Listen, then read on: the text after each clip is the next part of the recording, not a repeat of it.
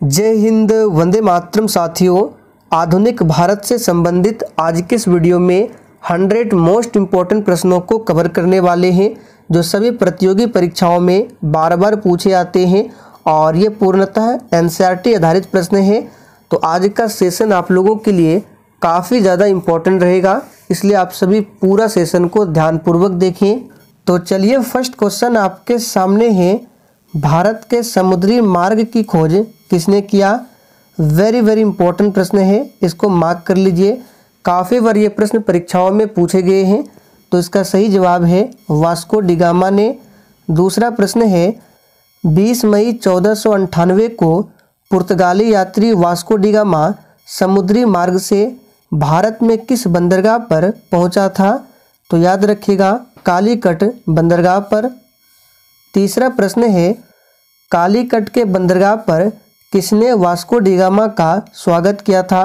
तो याद रखिएगा, कालीकट के राजा जमोरिन ने। 1503 में पुर्तगालियों ने अपना पहला दुर्ग कहाँ पर स्थापित किया था। तो याद रखिएगा, कोचीन में। दुर्ग का मतलब होता है फैक्ट्री, यानी कि 1503 ईस्वी में पुर्तगालियों ने अपना पहला फैक्ट्री जो है ये कोचीन में स्थापित किया था। बिल्कुल हम लोग शुरुआत से प्रश्नों को कवर करेंगे, इसलिए आप सभी पूरा सेशन को देखें। अल्बुकर्क भारत में कब आया था। तो याद कर लीजिए, 1503 ईस्वी में अल्बुकर्क भारत आया। अल्बुकर्क कब पुर्तगाली गवर्नर नियुक्त किया गया। तो 1509 में। देखिए, अल्बुकर्क 1503 में भारत आया और 1509 ईस्वी में ये पुर्तगाली गवर्नर नियुक्त किए गए। अब आगे देखिए, अल्बुकर्क ने गोवा को बीजापुर के सुल्तान से कब जीता। तो याद रखिएगा, 1510 में। इस प्रश्न को मार्क कर लीजिए, बार बार ये पूछा जाता है। आगे देखिए, गोवा भारत में पुर्तगाली राज्य की राजधानी कब बनी थी। तो 1530 में। 1510 में गोवा को छीना गया था और 1530 में गोवा जो है ये भारत में पुर्तगाली राज्य की राजधानी बनी। आगे देखिए, दक्षिण पूर्व एशिया से पुर्तगालियों को किसने बाहर किया था। तो डचों ने। डच ईस्ट इंडिया कंपनी की स्थापना कब होती है। तो याद रखिएगा, 1602 में। और अंग्रेजी ईस्ट इंडिया कंपनी की स्थापना कब होती है। तो 1600 ईस्वी में। और जिस समय स्थापना होती है उस समय मुगल बादशाह कौन थे। तो अकबर थे। आगे देखिए, डचों को अंग्रेजों ने 1759 में किस लड़ाई में बुरी तरह पराजित किया था। तो बेदरा का युद्ध आपको याद होगा। 1610 में डचों की मुख्य व्यापारी कोठी कहाँ पर थी। तो याद रखिएगा, पुलिकट में। आगे देखिए, कैप्टन हॉकिंस जहांगीर के दरबार में कब आया था। तो 1608 ईस्वी में। अंग्रेजों ने अपनी पहली फैक्ट्री 1608 में कहाँ पर खोली थी। तो याद रखिएगा, सूरत में। और देखिए, जितने भी स्टूडेंट चैनल पर पहली बार आए हैं, अगर आप लोगों ने इन सभी टॉपिक के वीडियो को नहीं देखा है तो जाकर देख लीजिए। सभी वीडियो को प्लेलिस्ट में डाल दिया गया है, अलग अलग आपको प्लेलिस्ट मिल जाएगा। आगे देखिए, जहांगीर ने सूरत तथा पश्चिमी तट पर फैक्ट्री खोलने का इजाज़त कब दी थी। तो 1613 में। अंग्रेज राजदूत सर थॉमस रो भारत कब आया था। तो ये 1615 में। आगे देखिए, मसूलीपट्टनम किस राज्य का प्रमुख बंदरगाह था। तो ये गोलकुंडा राज्य का प्रमुख बंदरगाह था। बम्बई से पहले अंग्रेज़ों का मुख्यालय कहाँ पर था। तो याद रखिएगा, सूरत में। आगे देखिए, मद्रास में अंग्रेज़ों द्वारा स्थापित किला का नाम क्या था। तो इस किला का नाम है फोर्ट सेंट जॉर्ज। अंग्रेज बंगाल में अपनी पहली कोठी 1651 में कहाँ पर स्थापित किया। तो हुगली में। आगे देखिए, किसने 1561 में 3000 रुपये वार्षिक शुल्क के बदले अंग्रेजी कंपनी को बंगाल में व्यापार का विशेषाधिकार प्रदान किया था। तो काफ़ी ज़्यादा इम्पोर्टेंट प्रश्न है, ये प्रदान किया था सुल्तान शुजा ने। कलकत्ता की स्थापना 1698 में किसने किया था। तो जॉब चार्नक ने। ये प्रश्न भी पूछा जाता है, याद कर लीजिए। फ्रांसीसियों ने अपनी पहली कोठी सूरत में कब स्थापित किया था। तो याद रखिएगा, 1668 में। ब्रिटिश ईस्ट इंडिया कंपनी का प्रथम गवर्नर कौन था? तो लॉर्ड क्लाइव, ये ब्रिटिश ईस्ट इंडिया कंपनी का प्रथम गवर्नर था। आगे देखिए, भारत में ईस्ट इंडिया कंपनी का पहला गवर्नर जनरल कौन था? तो याद रखिएगा वारेन हेस्टिंग्स। दोनों प्रश्न अलग है, यहाँ पे देख सकते हैं ब्रिटिश ईस्ट इंडिया कंपनी का प्रथम गवर्नर लॉर्ड क्लाइव और भारत में ईस्ट इंडिया कंपनी का पहला गवर्नर जनरल पूछे तो वारेन हेस्टिंग्स। आगे देखिए, किस यूरोपियन ने भारत में सबसे पहले अपना व्यापार फैलाया और प्रभावित किया? तो याद रखिएगा पुर्तगालियों ने। और पुर्तगालियों में भारत आने वाला सबसे पहला कौन था? वास्को डी गामा, जो कि 1498 ईस्वी में भारत आया था। आगे देखिए, 1757 में सिराजुद्दौला किस अंग्रेज द्वारा पराजित हुआ था? तो रॉबर्ट क्लाइव द्वारा। ब्लैक होल की घटना कब घटी थी? तो 20 जून 1756 को ब्लैक होल की घटना घटी थी। अलीनगर की संधि कब होती है? काफ़ी ज़्यादा इम्पोर्टेंट प्रश्न है, तो याद कर लीजिए। अलीनगर की संधि जो है 9 फरवरी 1757 को होती है। प्लासी की लड़ाई कब होती है? 23 जून 1757 को। और बक्सर का युद्ध कब होता है? तो 22 अक्टूबर 1764 को। दोनों याद रखेंगे। आगे देखिए, प्लासी की लड़ाई में अंग्रेजी सेना का नेतृत्व किसने किया था? तो प्लासी की लड़ाई में अंग्रेजी सेना का नेतृत्व रॉबर्ट क्लाइव ने किया था। किसे 1757 में बंगाल का नवाब बनाया गया था? तो याद रखिएगा मीर जाफ़र को। सिराजुद्दौला की हत्या किसने कर दी थी? तो याद रखिएगा मीर जाफ़र के पुत्र मीरान ने सिराजुद्दौला की हत्या की थी। मीर कासिम कब बंगाल का नवाब बना था? तो याद रखिएगा 1760 में मीर कासिम बंगाल का नवाब बना था। और मीर जाफ़र को बंगाल का नवाब कब बनाया गया था? तो 1757 में। दोनों याद रखना है। आगे देखिए, किसने देसी व्यापारियों को निःशुल्क व्यापार करने का अधिकार प्रदान किया? तो मीर कासिम ने। बक्सर का युद्ध कब हुआ था? तो 22 अक्टूबर 1764 को बक्सर का युद्ध होता है। बक्सर के युद्ध में अंग्रेजी सेना का नेतृत्व किसने किया था? तो याद रखिएगा हेक्टर मुनरो ने। और अभी हमने आपको बताया प्लासी के युद्ध में अंग्रेजी सेना का नेतृत्व किसने किया। तो अगर आपको याद हो तो आप लोग कमेंट करके बताइए, देखते हैं कितने % आपको याद है। मीर जाफ़र की मृत्यु कब होती है? तो 1765 में। आगे देखिए, किसने 1765 में बंगाल में द्वैध शासन की स्थापना की थी? तो रॉबर्ट क्लाइव ने। याद रखिएगा इन्होंने 1765 में बंगाल में द्वैध शासन की स्थापना की थी। आगे देखिए, ईस्ट इंडिया कंपनी की बुराइयों को दूर करने के लिए रेगुलेटिंग एक्ट कब पास किया गया? तो 1773 में रेगुलेटिंग एक्ट आता है।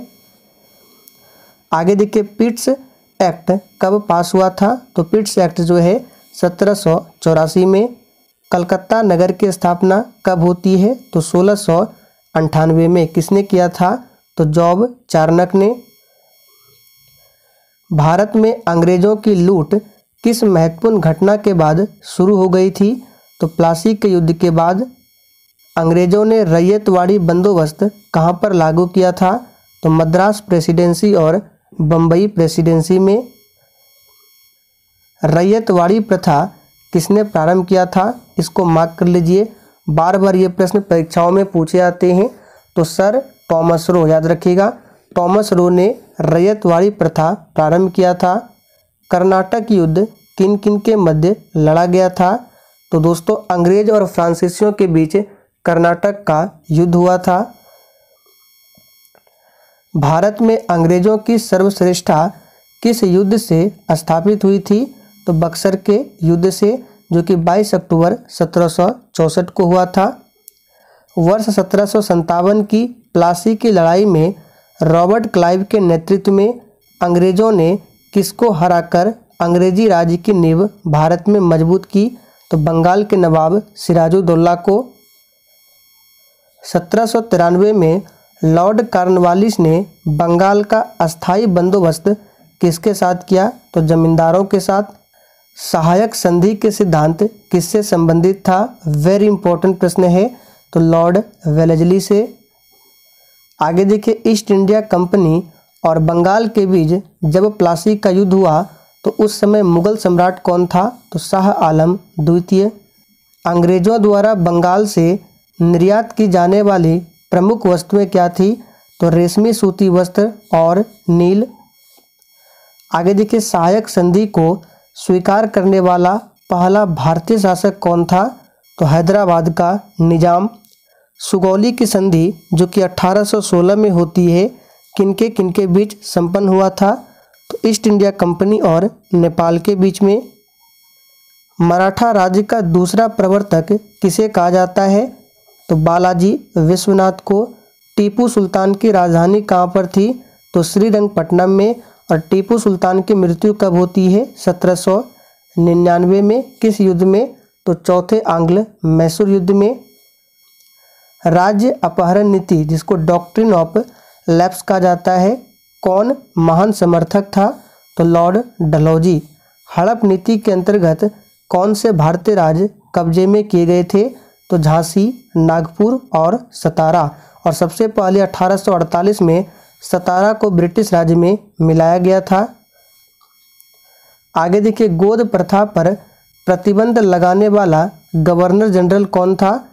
तो दोस्तों ये है लॉर्ड डलहौजी। भारतवर्ष में सिविल सेवाओं का सूत्रपात किसने किया था? तो लॉर्ड कॉर्नवालिस ने। सती प्रथा का अंत करने तथा ठगी को समाप्त करने का श्रेय किसे जाता है? तो लॉर्ड विलियम बेंटिक को। और दोस्तों, जिसने अभी तक सेशन को लाइक नहीं किया है, अगर सेशन पसंद आ रहा हो तो आप सभी सेशन को दिल से एक बार जरूर लाइक कर दें। भारत का प्रथम गवर्नर जनरल कौन था? तो लॉर्ड विलियम बेंटिक भारत के प्रथम गवर्नर जनरल थे। भारत में वित्त के विकेंद्रीकरण का कार्य किसने प्रारंभ किया था? तो लॉर्ड मेयो ने। ब्रिटिश भारत का प्रथम वायसराय कौन था? तो लॉर्ड कैनिंग। और इसी के समय में 1857 की क्रांति होती है। भारतीय स्थानीय स्वशासन का जनक किसे माना जाता है? तो याद कर लीजिए लॉर्ड रिपन को। वर्नाक्यूलर प्रेस एक्ट को किसने रद्द किया? तो लॉर्ड रिपन ने रद्द किया। और लागू किसने किया था? तो लॉर्ड लिटन ने। दोनों याद रखेंगे, रद्द किया था लॉर्ड रिपन ने, लेकिन लागू किया था लॉर्ड लिटन ने। पिंडारियों के दमन का श्रेय किस गवर्नर जनरल को जाता है? तो याद रखिएगा लॉर्ड हेस्टिंग्स को।